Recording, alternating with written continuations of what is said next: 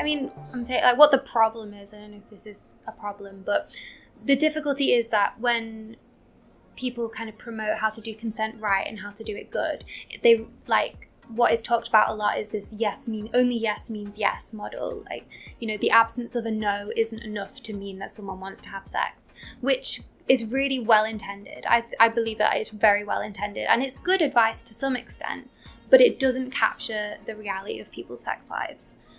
You know, having sex with long-term partners, or having sex even in one-night stands, or just, you know, group sex, all these situations, more often than not, it's not a like, do you want to have sex? Yes. That's just not how it goes. So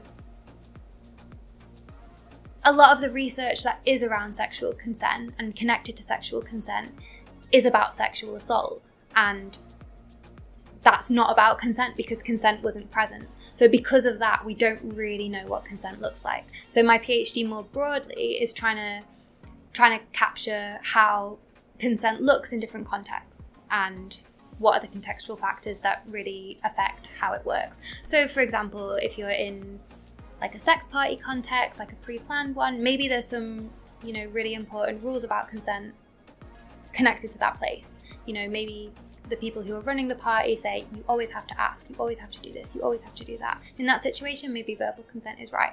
But then, you know, I have friends who go to like cruising spots and pick up people there, and that's kind of generally non-verbal, like it's done by eye contact and that kind of thing, but still classed as consensual by the people doing it.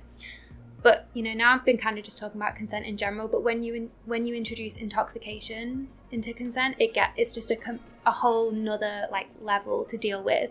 And, you know, people often refer to it as a grey area, you know, like where do we draw the line between intoxication and incapacity? Like where is that level? And it's different for everyone. And again, I believe it's dependent on context and drug and how experienced you are with the drug and how much sex you've had with the person you're having sex with. There's just so much that comes into it. So I just really want to understand more about what consent actually looks like and how it works.